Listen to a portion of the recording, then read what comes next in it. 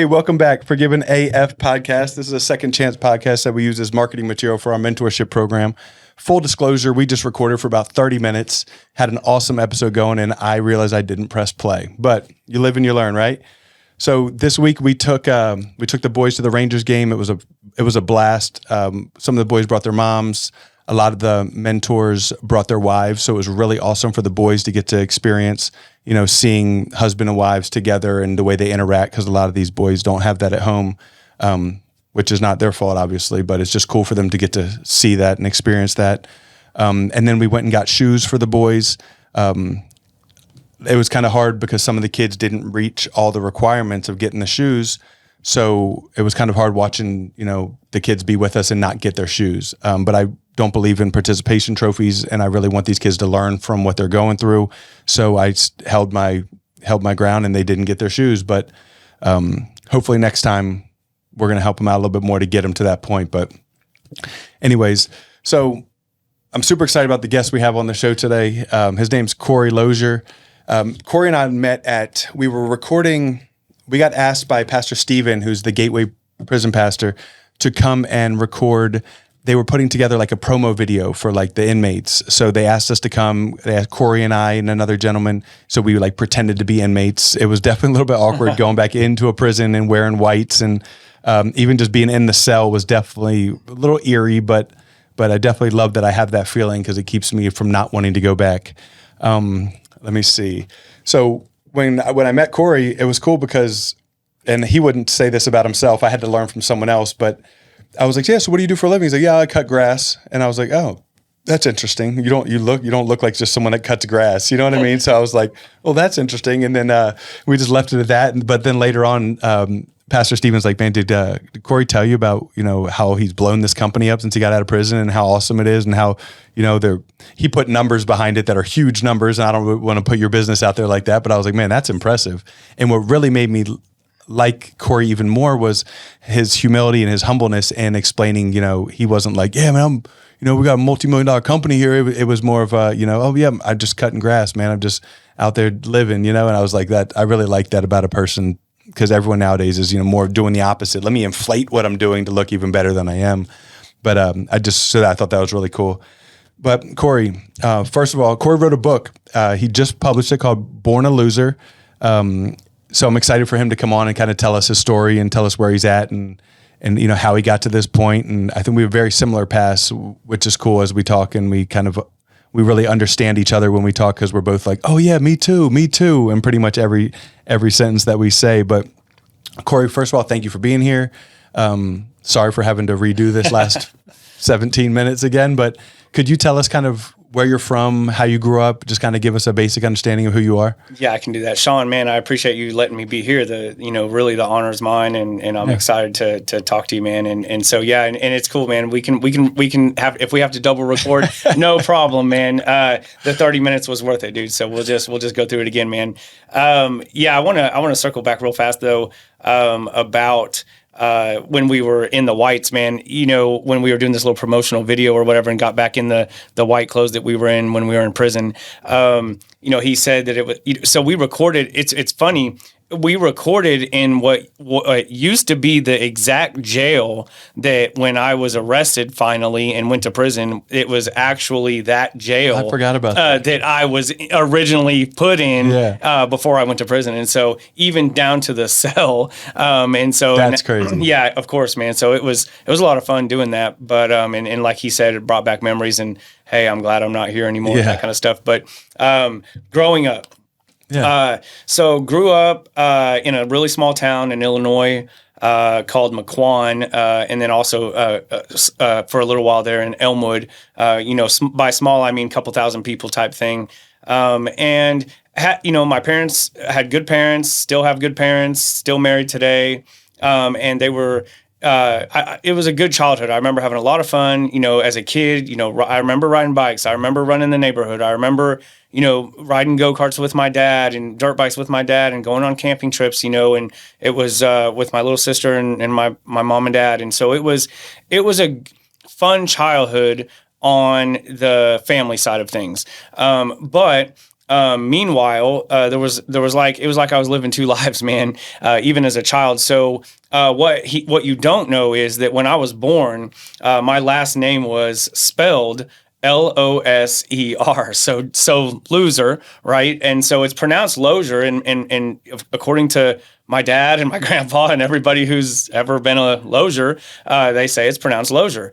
But it is spelled loser. And so for those of you that are like my amazing wife, who Googles and verifies everything I say and everything anyone says, Google it, man. Look up loser, the last name Loser, and it's a thing. So while I was growing up, although my family life at home was fun and normal, my school life was not, because, what's the first thing, I remember even early on, early elementary school, the first thing they do at any school every single day is roll call, and so I remember A's and then the B's, and I just remember kind of slumping in my chair, because I knew it was getting closer to the L's, and then of course they say loser, and so they say loser, everyone laughs, and then as everyone's laughing, I'm expected to raise my hand, right? So I raise my hand, yep, that's me, and and then of course they ask, well, is this spelled correctly? And then I have to say yes, and so I just remember, everybody laughing at me. And, the rest of the day and the rest of the year would always be people coming up to me saying, is your last name really Loser? It's like, yeah, but it's not pronounced that way, and there's but what can you say? Like I said earlier, I had the same, my last name is S-E-R-F, surf, and then A-S-S. So I hated when it came roll call, surf ass. And I was like, oh man. And everyone's laughing. Oh, you surf ass, ha ha. Like, I'm like, oh, well, this is awful. And it's really surface, like the surface of a table. Of course. Same, yeah, but you can't tell anybody that. No, and no one cares anyway. No one cares. They're stuck on, oh, you're surf ass from now on. So yeah, and it was not just the kids, man. To be honest with you, there was a few of the teachers that kind of really instigated it. I would tell them the way it's supposed to be pronounced or said, and even the teachers were on board, getting on board with the kids and laughing and stuff. And that just makes them think it's okay and acceptable. Yes, and kids are mean, man. Like, kids are mean, kids dude. Kids are mean. Kids are mean. Okay, so then what's next? I guess where were we the first time? So the other part of it is, we were talking about, so I was started with my last name Loser, but also I had crooked yellow teeth at the time too, and I wanted to throw that in there just because I think it really played a huge role between the last name and my crooked yellow teeth. My self-confidence, I was insecure for that reason, and then being made fun of so much growing up in elementary school. And so I think that, as we go down this road of where this led, I think that those are the things that really caused me to kind of want to just escape, out of my own skin type thing. And so, but let's see, how did we tackle this the first time? So it was about when you started getting in trouble, started going left, was like around like 12 or 13 years old? Yep, 12 or 13. So it was, but the summer between 12 years old and 13 years old, that summer, going from elementary school to junior high, that in-between time right there was when I first started Do you remember the cigarettes. First time you ever got high? I do, and it was horrible, but I kept doing it. So it's funny you say that. The first time I ever smoked weed, we went into the woods and we smoked and we walked out and I was scared to death. Yes. Like, I was terrified of everything. The cops were coming. I thought I could hear everything. It was, and I couldn't wait to go do it again. Isn't that crazy how that works? It makes no sense. I was outside. I went to a friend of mine's house. We had already been smoking cigarettes for some time, but then I was staying the night at his house. We went out his window and we were on the side of his house and he lit up this joint, man. And we just started, I remember leaning against this brick wall, on the side of the house, smoking this joint. And I remember every few minutes I would find myself like, more slumped, right?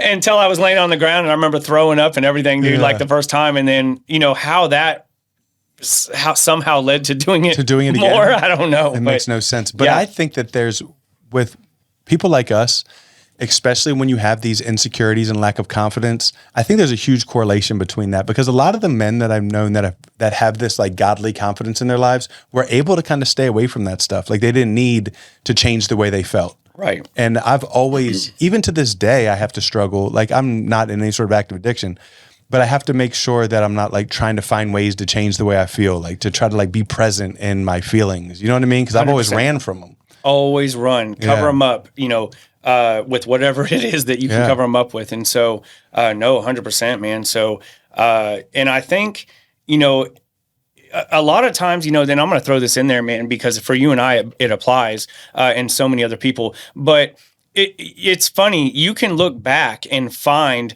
where the enemy was attacking you. And, for somebody like you or me, he would attack. I was afraid to speak in front of people, right? Very afraid to speak in front of people, had crooked yellow teeth, was insecure, right? In that area, low confidence. So he attacked me and made me insecure about everything, man. And so how am I supposed to speak in front of people? How am I supposed to minister? How am I supposed to go and help people? That's good. And right. And the same thing with you, look what you're doing now, but the enemy meant to destroy that, man. There's a plan, man, for everybody. There is a plan of attack that the enemy is carrying out on people from the time you're young. And That's so good. and his plan is to devour you, man, before you can ever be effective in the kingdom of God, man. Dude, that's so good. Yeah, that's why I didn't press record the first time. That's it. Because we needed to get that out. We had to get that out. So you drop out of school like at a young age, 14, 15? Young age. Like so I had just turned 16. So for me, so I was enrolled in so my junior high was 7th, 8th, and 9th grade. And I started skipping school quite a bit, even in 8th grade, man. So I was like 14-ish, right? Yeah. I did pass barely through junior high, and then I got enrolled in high school. But I was getting dropped off. My mom was still trying to get me to finish, and by that time she had no idea, but what was going on. But she would drop me off, and I would leave. And so I was enrolled in high school for about 30 days, but I ended up dropping out, man. By that point, had you already started using harder drugs? Yeah. So at 15, and I think that's a big part of it. So, somewhere between 12 and 13, cigarettes and weed, and then by 14, it was coke and acid. And then 15 is when the first time I ever did meth. And so mine's a little like extended out because I grew up in Philadelphia and I had never heard of meth. But mine was more of it was the same thing. Actually, mine started with cigarettes, and mine started with like taking pills from other kids at school. Like I told you, Adderall and things like that, painkillers, whatever kids would bring from like their parents. You know what I mean? Like the little pill jars or whatever.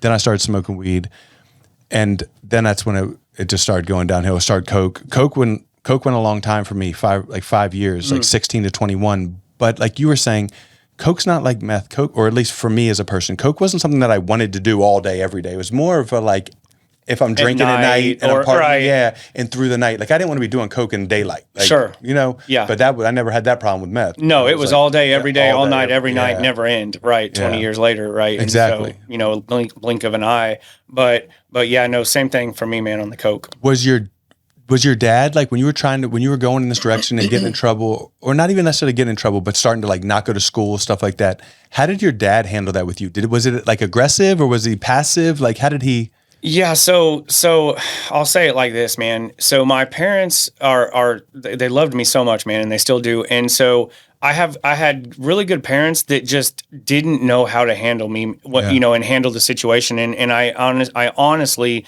don't think there was anything that they could have done. I mean, short of me having knowing God at that, at a younger age or something like that, and instilling that type of thing in me. Other than that, my parents were just not the problem, man. It was me, and I was unreachable, man, unreachable. That's good. Yeah, that makes sense. Did your family grow up? Did you have any sort of like church or like God relationship with God stuff growing up? No, not at all, man. So there was, I think there was a couple instances, while I was growing up where my parents started to go to a church, a small church, but it was a very temporary thing, and there was no, for at least for me, there was no relationship, and I didn't get saved or know Jesus or anything like that, man.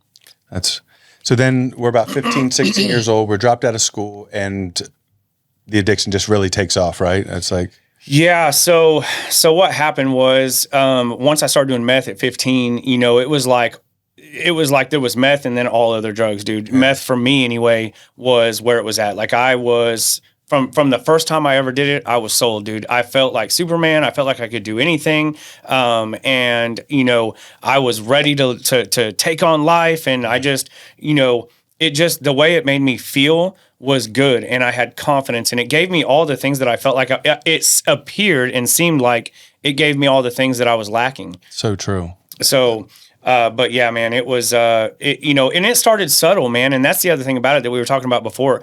It was subtle. You don't for if you're young, if anybody listening to this, if you're young and you're you're smoking weed or you're just doing these what we'll call light drugs or something, even meth, if you're already smoking something, meth comes in the form of smoking. You can smoke it, you can shoot it, you can do all these other hard things, but it can seem, when it came at me, it was a very casual thing. It didn't seem like I was doing anything much different than smoking weed, right? It was just the same people were doing it, and it was a very casual and subtle appearance, right? And, somebody told me when I first got into it, like what we were talking about, you don't know what you're getting into, but by the time you figure it out, it'll be too late. And of course, I was a kid, it went in one ear and out the other, but it clicked 20 years later, right? Like I remember that's what he was talking about. So you don't know, with meth and hard drugs and this type of thing, you have to stay away from it completely and never touch it, because it's like a forbidden fruit. Yeah. You can't touch it because you don't know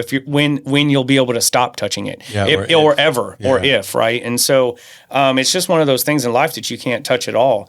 That's so good, man. Especially because it did give me that same feeling of like confidence, fake confidence. I was the man, especially selling drugs. Sure. Selling drugs made me feel so important and needed and valued. And even though they were all fake friends, like as soon as I stopped selling drugs, they just scattered. Yeah. But during the time, like I love people needing me and calling me, hey, where you at? And I got people waiting all over DFW. Sure. You know what I mean? I can relate to that 100%. And like, oh yeah, man, I'll be there in a couple hours or whatever. Just that power that it gave me. I didn't know how to handle that. Yeah, me either. And no, but it's fun to talk about this a little bit because, it's so raw, right? People don't talk about this, but it's the truth. And so, and it was almost like a carrot on a stick for me, man. And what I mean by that is, so I started selling originally. All the drugs I ever did, I started selling because I have a habit to support, number one. And for, some people it's more about the money. Some people it's more about getting high and staying high. And for me, it was 100% about staying high all the time, right? So supporting the habit and making money, but only so I could stay high and, have a place to stay for the night and a car and whatnot.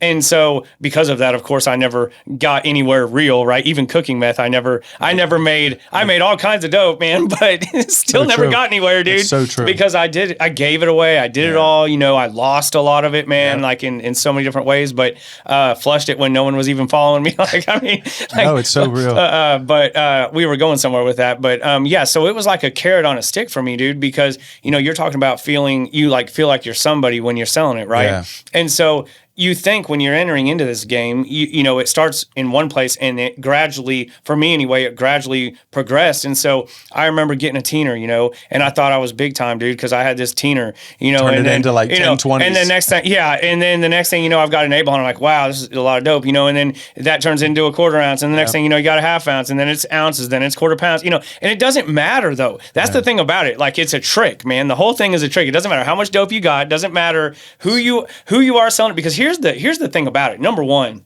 there's people that say, that will stand by, I'm not hurting anybody else, right? Or there's the people out there that don't even do the dope and they just sell it. And I'm not hurting anybody else. I'm just supporting my blah, blah, blah, right? But the bottom line is, number one, you can sit there and be doing it for the money, but if you're doing any ill-gotten gain, doesn't matter how much you're doing, how much money you're making at any given time, it can all be gone and swept out from under your feet in a heartbeat. You get busted, you're done, it's all gone. And even the things that you got or acquired that didn't come from the dope are gone, right? No, like, everything's gone, including any relationships, whatever it might be. If you have kids, you're going to be away from your kids. So there's no point in selling it, for sure. And then if you're doing it, like, man, we can go on and on about that, for Everything sure. You're saying is right, and I can feel the passion in what you're talking about, in because vain, you dude. really want to help somebody. Like, you know what I mean? And it's real.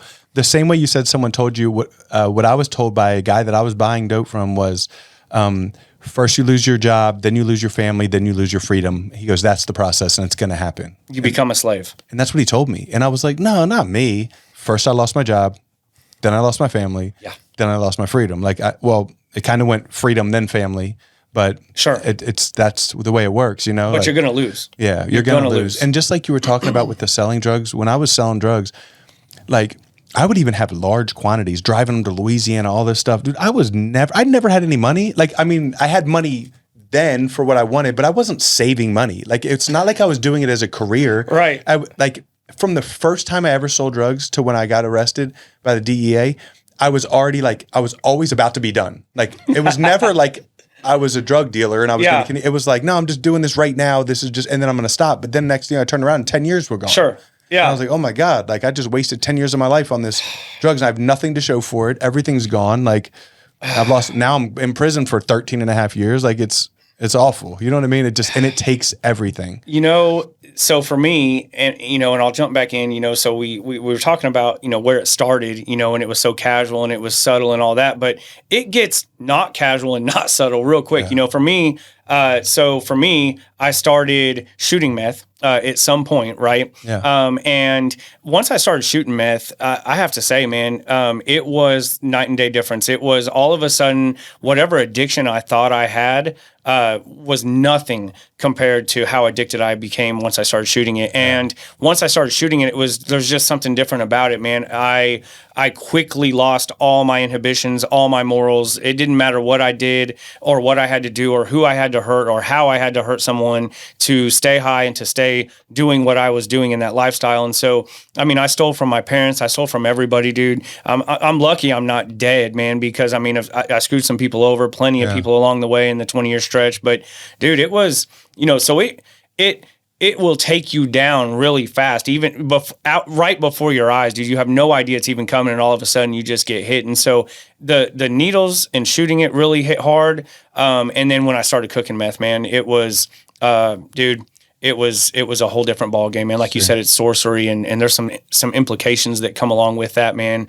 The paranoia was way worse because if you're cooking it, you can't get all the stuff you need to cook it without being on some radar. Yeah. There's no way you can do it. At least not when I was doing it. We'd go to all these stores and hit these, get all the pseudoephedrine pills, buy 20 boxes at every store before it was regulated, on a route.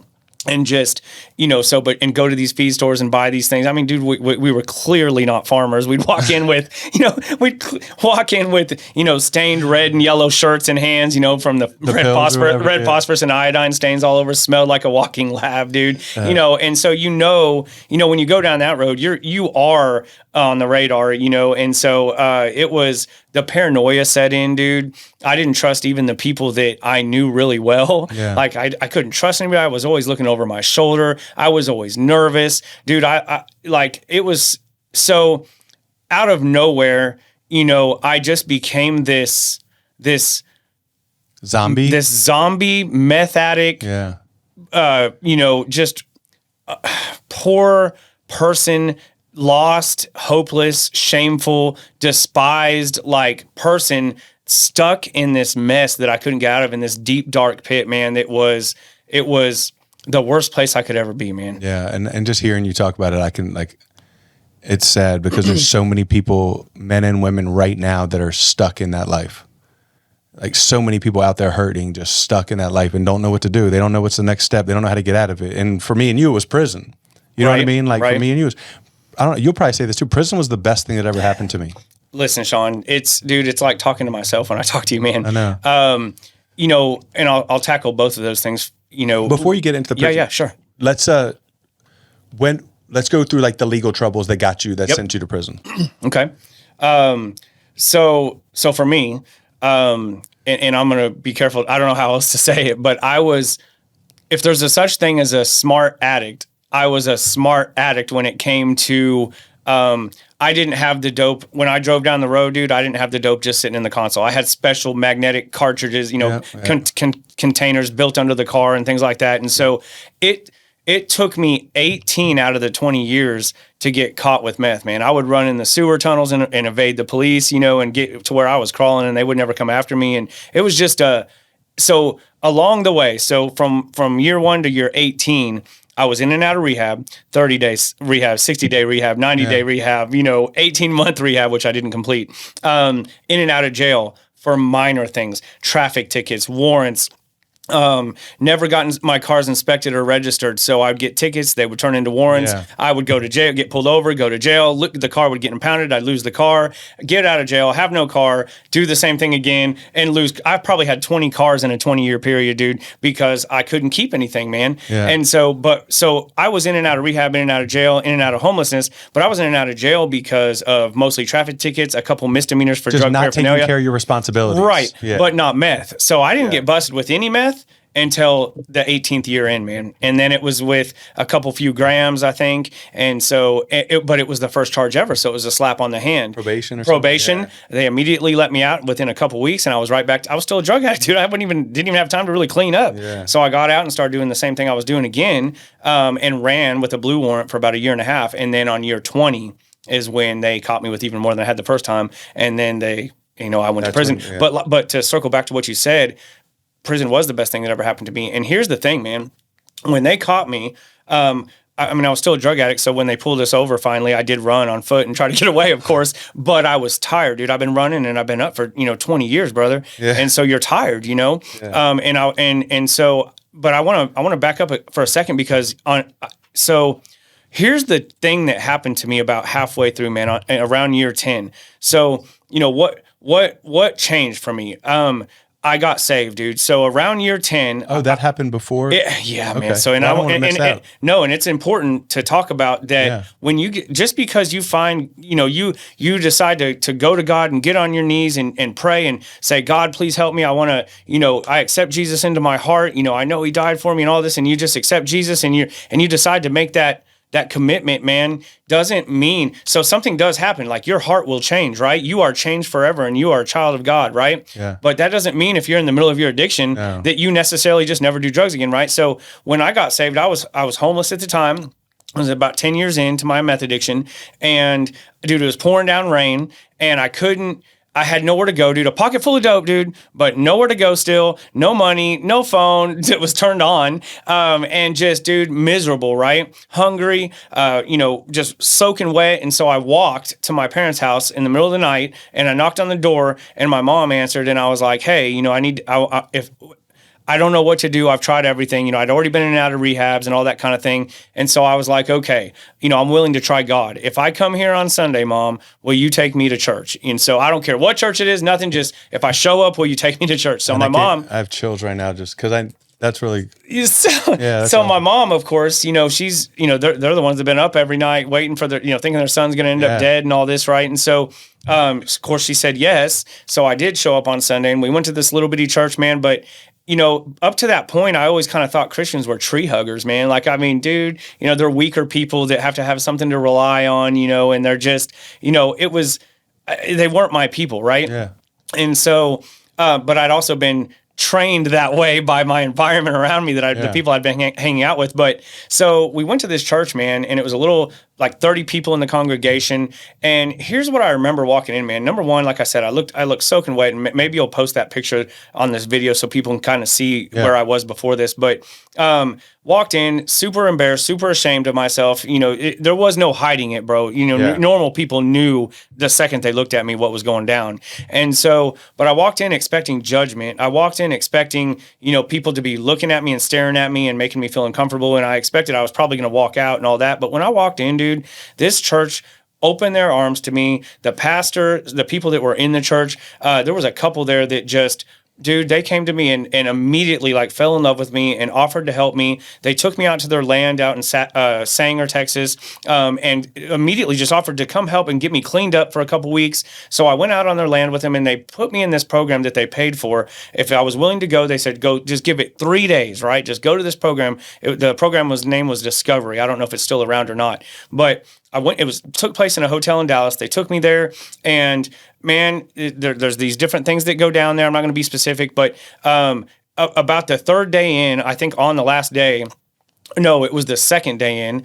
I was in front of a bunch of people, man, and there was this facilitator, and he was like yelling, dude, like drawing out. We had this entire conversation. He was drawing out of me all my anger and like everything I was struggling with. And he was like, do you want to be free from all this stuff? And I mean, we were like, for real yelling. And so he broke me down, dude. Like, he broke me down to the point where I finally was like, yes, I want to be free. He's like, then beg Jesus to come into your heart right now. And dude, I dropped to my knees. I got on my face. There was like 100 people there, man, watching me. I laid on the ground and cried, dude, and begged Jesus to come into my life and save me from everything that I was doing, dude. And so I'm in tears. I remember standing up and I was crying, right? And it was the first time I remember having this relief, right? And I smiled, and it was the first time I had smiled. I could feel it when I smiled, I knew that I hadn't used those muscles in so long. Like I could tell in my face that I hadn't done that in so long. And so I was smiling and I felt good. And I remember thinking the first thought I had was, I'm never going to sin again. I'm never going to do drugs again. I'm going to find out who God is. I'm going to figure out how to serve him, right?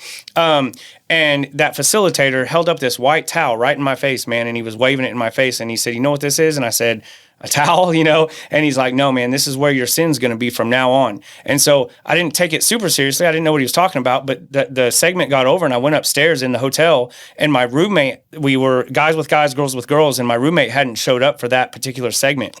And so I walked upstairs literally minutes after that, opened my hotel door, and clouds of meth smoke just came pouring out of my hotel room, dude, where I was supposed to be in this safe place, right? My roommate had all these people over, and they were just, dude, they had the whole room full of meth, dude, full of meth smoke. And this meth smoke just come out minutes after I get saved, dude, after he waved that towel in my face. And I immediately remembered that image of that towel and him saying it was going to be right there the rest of my life. And so for the first time in my life, since I had started doing meth, I turned around and walked away, and it was the first time I ever said no to meth. Right. And so that's crazy. Right. And so fast forward, I mean, I always try to condense everything, but golly, man, it's like 20 years. It's hard to condense. Dude. So when the program was over, so that night, and here's how I knew I had a heart change too, man. So that night, I couldn't go back to my room, dude. I didn't want to stay with this roommate, right? So I had met this girl there, and so I went and knocked on her door, and we weren't supposed to be, commingling or whatever. Yeah. But I met this girl, and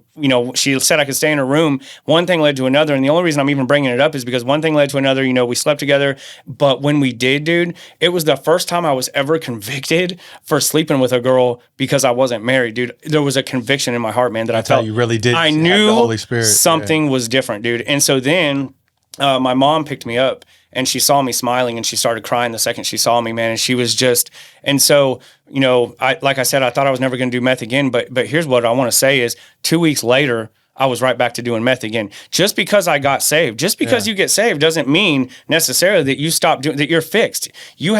I had so much going on, man, but what the difference was, man, so that was 10 years in. So for the next 20 years, the next 10 years of the 20 years, it was miserable, brother. Every time I did meth after that, I was convicted, and I felt like I was like grieving the Holy Spirit, dude. Like I felt like I was disappointing God. Dude, so the latter 10 years was miserable for me, man. Because you had that conviction now. I had the conviction. It's funny you say that, and this is just a small scale about what you said, but I know this young man, he was 16 years old, and he was getting baptized, and he got baptized, and afterwards I saw him sitting outside the church, and I was like, hey, buddy, you good? Like, what's going on? And I thought you'd be happy, and he was sitting there, and he goes, it didn't work, Sean. And I was like, what didn't work? He goes, I still want a cigarette. And I was like, brother, that's not the way the Holy Spirit, you know what I mean? Like, you don't get saved and everything's gone. No. You still have the same battles. You still have the same temptations, but now you just have the Holy Spirit walking alongside you to kind of guide you or help you. But and you're aware of those, the battle and the temptations. Yeah, man, for sure. That's good. So I'm so glad that you rewound to that, because I thought that you got saved in prison. I just assumed that. No, but so fast forward back to the original question though, man, was, we're talking about the prison was the best thing that ever happened to you. Yeah. So for me too, so that happened 10 years in, then another 10 years of misery went by, homelessness, rehab, more jail, right? Yeah. 10 more years of misery after I got saved.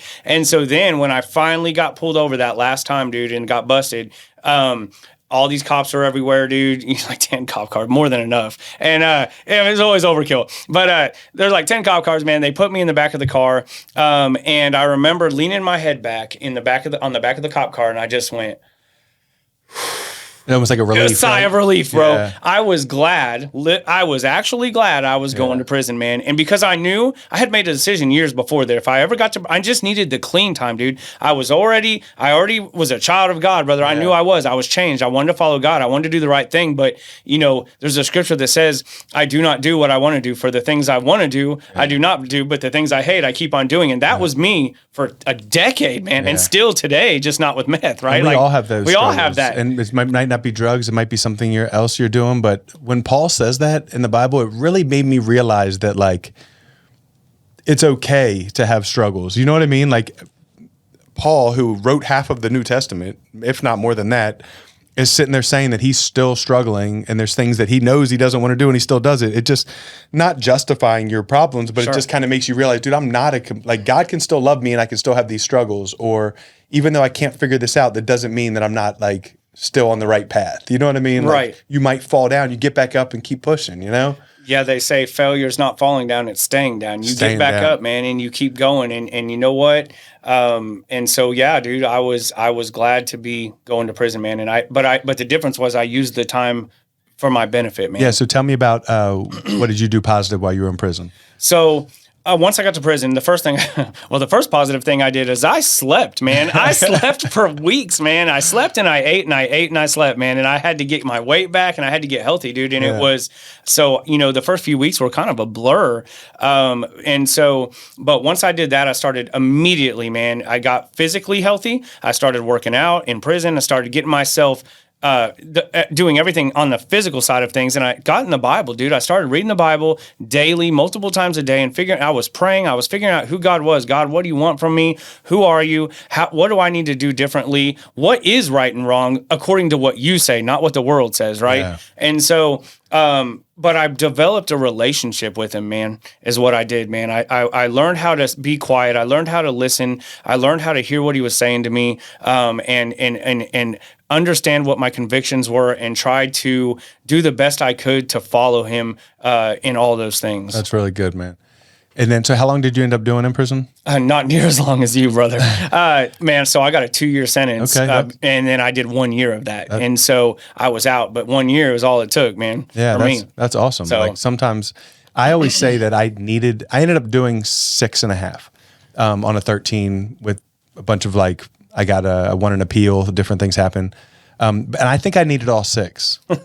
Like, I don't think that 1 would have been enough for me. Yeah. Like, I really don't. Like, I think that I would have justified getting back into it or doing something. But 6 years was enough for me to be like, I don't have any more time to give to this. Like, sure. Like, I got to go. You know what I mean? I got out and I was like but you did too. Can we talk about like when you got out? Yeah, for sure. One of the things that I talk about in the book too, cause really the whole goal now, I want to say this, you talked when we first opened up, you were saying something about, people they don't know how to get out. They're in this lifestyle and they just don't know how to get out. So what I want to add to that is people don't know that they can get out. So during the 20 years that I was doing meth and I was lost in addiction, I had no hope because I didn't know anybody that had gotten out, stayed out, and was successful, right? And nobody was coming back and telling anybody anything. Nobody was saying, hey, look, man, you can do this. Like, here's so-and-so. Nobody was saying any of that. And so what happens is people that are in addiction and in this world, you're surrounded by hopelessness and you don't have anybody sharing the good news that, hey, this can be done. And so if you don't have any hope, you don't even try, right? Yeah. And then if you do have hope, like you said, you don't know how. And so what I'd like to, when I was getting out, the day I was getting out, we were in this room, and there was probably 50 of us or so getting out, all different walks of life, all different amounts of time that the guys had done. And we're all sitting on this floor. And I'll never forget, I was, God gave us 2 ears and 1 mouth so we can listen twice as much as we speak. That's good. And my wife's probably like, yeah, you don't do that. But I just talk way too much. But anyway, but believe it or not, I do listen and I make a choice, actively and intentionally make a choice to listen to what people say so that I can actually comprehend what they're saying and, contemplate on whatever it might be. And so anyway, I was waiting to get out on the floor with these guys and I was listening to the conversations that were taking place in there.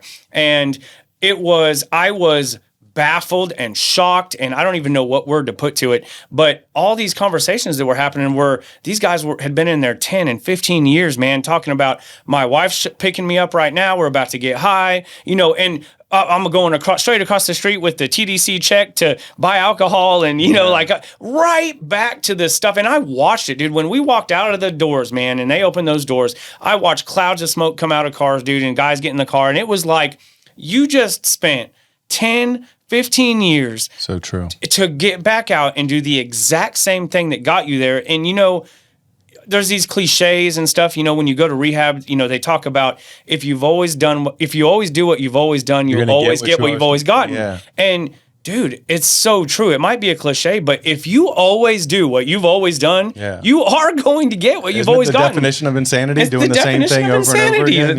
It's the truth. So, I forget where we were going with that. No, it's good. We're just talking about getting out. And it's so true. I know so many people that I got out of prison with, or that I was in prison that have gotten out and are right back in. A lot of people in prison are just planning how to become better prisoners. You know what I mean? Prisoners, man. Yeah, and it's sad because there's a couple things. They don't have the hope. They don't see that end goal of like how good life could be. We go back. A lot of people go back to those old ways that they're comfortable with, or that's all they know. So let's talk about that though, man. So let me just say this up front then. So if you're somebody that's getting out of prison, or you're trying to get out of addiction, or you just went to rehab and you just got out, and you're contemplating, you're thinking to go back, or you don't realize that you can do something different. Here's the deal, Sean. Of all people, the guy that everybody thought was going to end up dead in a ditch, right? The guy that was the dope fiend, the dope addict, meth addict, this, that, whatever. If God can help me do it, anybody can do it, man. Good. And so you do not have to come out of prison. Oh, I'm a felon for life, right? A tiger can't change his stripes. Let me tell you something. A tiger can't change his stripes, but God can change his stripes. God can do anything. It doesn't matter who you are, where you've been, how deep you were, who you hurt, what sin you committed, how long you did it for. Doesn't matter. You get out and you put the same energy that you put into staying high or selling dope or doing whatever it was that got you into prison, that got you in the situation you're in, put the same energy into that, into something different, into doing something legitimate that you put into what you were doing before, and you'll succeed. That's so good, Ben. You're preaching right now. And what I want to add to that is, if you are someone, like you just said, that's getting out of prison, or even have been in trouble or struggle with addiction, don't put your identity in, oh, I'm a guy that just got out of prison, or, oh, I'm a felon, or, oh, I'm a recovering drug addict. Like, your identity is in God. Like, your identity is the potential of what God wants to do with your life, the people that God wants you to encounter and bring to him. Like, I see so many people stuck in identities of negativity. You know what I mean? And then that's just how you're going to live your life. You're not going to even like shoot for the opportunities that you could have, because you've already set yourself down as, oh, I'm just this felon that doesn't have an opportunity. You know, it's so true, man. And here's the thing about it, man. What it comes down to is what you believe. What you believe, or what you perceive something to be, is truth to you. So if you believe once an addict, always an addict, then you're always going to be an addict. I don't call myself an addict. It's not once an addict, always an addict. Once an addict, always have addictive tendencies. I have a tendency to become addicted to things, but I'm not an addict. I'm not a meth addict. I'm not a porn addict. I'm not any kind of an addict. Amen, but I do have addictive personality and addictive tendencies. But that's the only thing I believe. I'm not going to hold on to the belief that I am an addict, because if I am an addict, then I'm going to do something that an addict does. And so I choose not to believe that anymore. I love that, dude. So tell me about this book you wrote. Man. Like, what gave you the idea, like, hey, man, I feel like this. Did you feel like you could have some impact? Like, what made you think, I'm going to sit down and write this book? Yeah, for sure. So I appreciate the opportunity, man. Really, the idea honestly came from the kind of the scenario we were just talking about, those guys getting out of prison. So when I saw all these guys getting out with me and walk out that door and go right back to, I remember this vision of, it was like a herd of cattle walking off a cliff, man. And it, as a dog returns to his vomit, what is that verse in the Bible that says, but it was me seeing, once I got out, and once and God started working in my life, and God will open the doors for you. So God started opening doors for me, and I just walked through them, dude. I didn't get where I am by myself, man, but I do have a part to play, and I do have to partner with God. And so God opened these doors. I walked through them. He gave me everything I have. I just do what I have to do to keep it, right? Yeah. And so the book idea came from, I want to share with people that it is possible, man. It doesn't matter if you're a felon, doesn't matter if you're a drug addict, where you came from, who you are, doesn't matter, man. You can do anything that you put your mind to. Get with God, partner with God. If you don't know God, ask God to come into your life. Ask him to reveal himself to you. He will. He's waiting on you to ask. Like, he wants to be a part of your life. And so, but the reason I wrote the book is to show that there is hope. And it's not just for the addicts, man. My family went through a living hell, man. I remember the heartbreak on my mom's face and my dad's face. I watched them age overnight. I watched their hair turn gray. I watched as their faces got, the look on their faces got worse and worse every time they saw me, dude. It was a look of utter despair, dude, just heartbreak, as they, instead of being happy to see their son, they would see me and immediately know I was worse off than I was the last time they saw me. And so I broke my parents' hearts all this time. And so if you're a parent, right, or if you have a loved one that's in addiction and they're going through these things and they're stealing from you, or they're running off and you don't know where they are and you're worried about them every night and they're just in this pit, man, this dark world of addiction, and you're worried about them, you love them, but you don't know what to do and you're ready to give up, right? This book is for you. This book, it shows you, and I tell you how you don't give up. It doesn't matter if it's been 5 years, 10 years, 20 years, 30 years. It was, for me, it was 20 years, and God saved me, and God got me out of this, and God redeemed my life and restored everything I lost tenfold, and has given me an amazing wife, an amazing family, a successful business, and now a second business that started.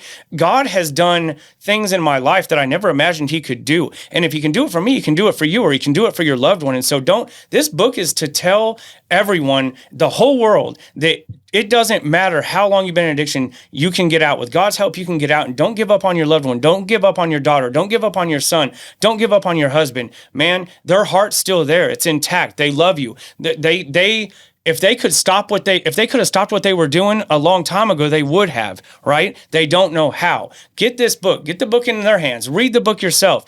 Let me, in this book, I try to help you understand from the addict's perspective where we were, where I was, and how I felt, and what I was going through. And maybe it'll help you understand your son or daughter and where they're at. And maybe if you're an addict, it'll help you figure out which direction to go, right? This book is for everybody that has anything to do with addiction, man. Whether you're the addict or the family member of the addict, I am just trying to help people get out of this mess. Cory, that's so good. I'm like fighting back tears, like literally fighting back tears, because I can feel everything that you're saying. I can feel it because I know what it felt like. You know what I mean? Like, it's so. Sure. So how can they? I'm going to hold this up seconds. It's called Born a Loser. Born a Loser by Cory Losier. Losier, right? Losier, it's kind of hard to say now. Losier. So that's a whole thing too, though, right? Yeah. So my last name was Loser, spelled Loser. But when I got out of prison, when I started to get married, and I'll let you hold. I'm definitely going to let you hold that book up. Though. Yeah.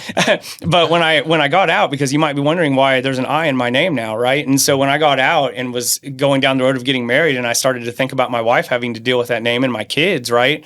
I went to a judge as a felon. And I begged the judge, please, can you please just add an I to my name? I'm not trying to run. I'm not trying to hide. Funny. I'm just trying to add an I. And so anyway, so it's now Losier, right? And so I think it's great. Can you how can they find this book? Yes, for sure. So you can go on Amazon. It's available in paperback, hardback.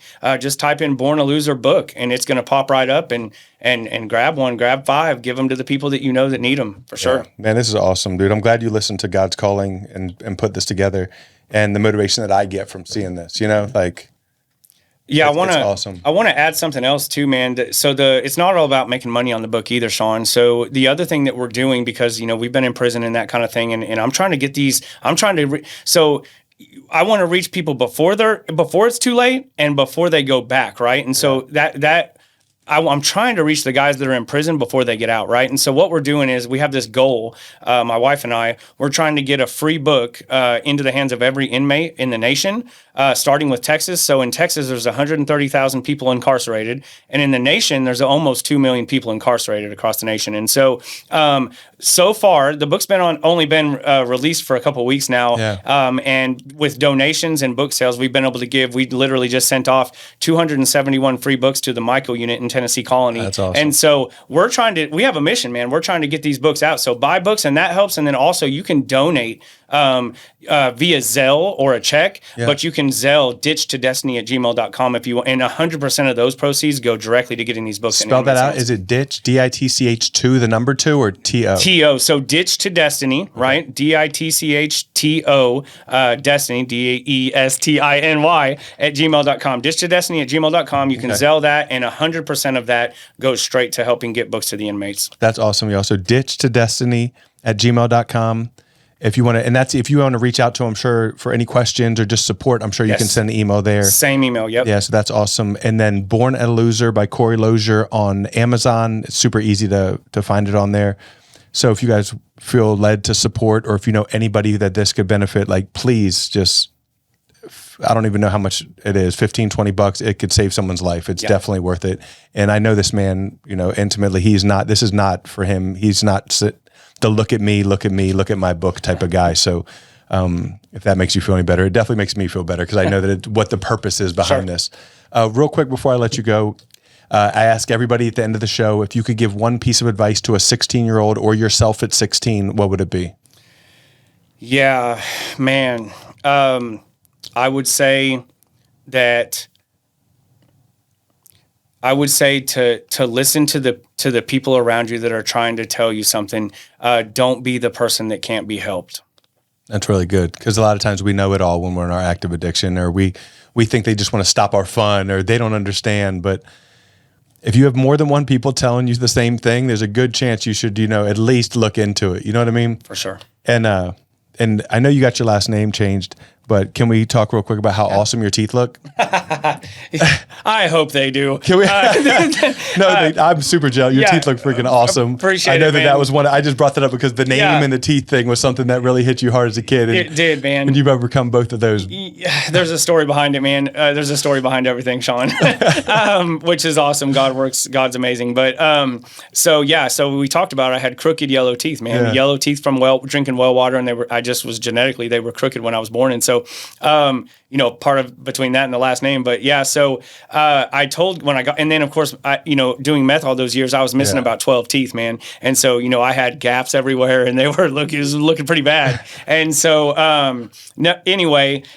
so when I got out and, I started this business, which we didn't even go into, but when I started this business and we started to get somewhere with it, and God, blessed us in that way. And so, I told God, I knew that there was a time coming where I was going to need to give my testimony to the world. I knew I was going to have to speak in front of people, but I was too afraid to do it, man, and too self-conscious because I was missing so many teeth, and and I was self-conscious, bro. Yeah. And so I told God, if you fix my teeth, then I'll give my testimony. Then I'll speak in front of people, right? Yeah. And so, lo and behold, the opportunity was there, and God, I was able to be blessed enough to get these teeth, right? And so I've got these implants on top, every tooth is fake, top and bottom. I have no real teeth, right? They look perfect. Bolted in and everything. And so, but it's amazing because once I got the teeth, it's only been about a year, man. And so now all of a sudden I've got all these speaking engagements, at all these churches, and this book has brought about some more things. And so,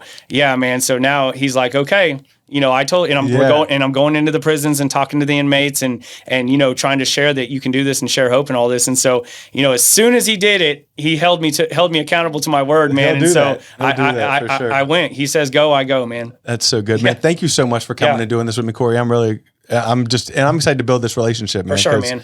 Your energy, your positivity, your love for the Lord is something that's contagious. Like, it's really cool, man. Appreciate it, Sean. Anybody listen, I tell you before we get off each time that you're loved and you're forgiven, and there's nothing you can do about it.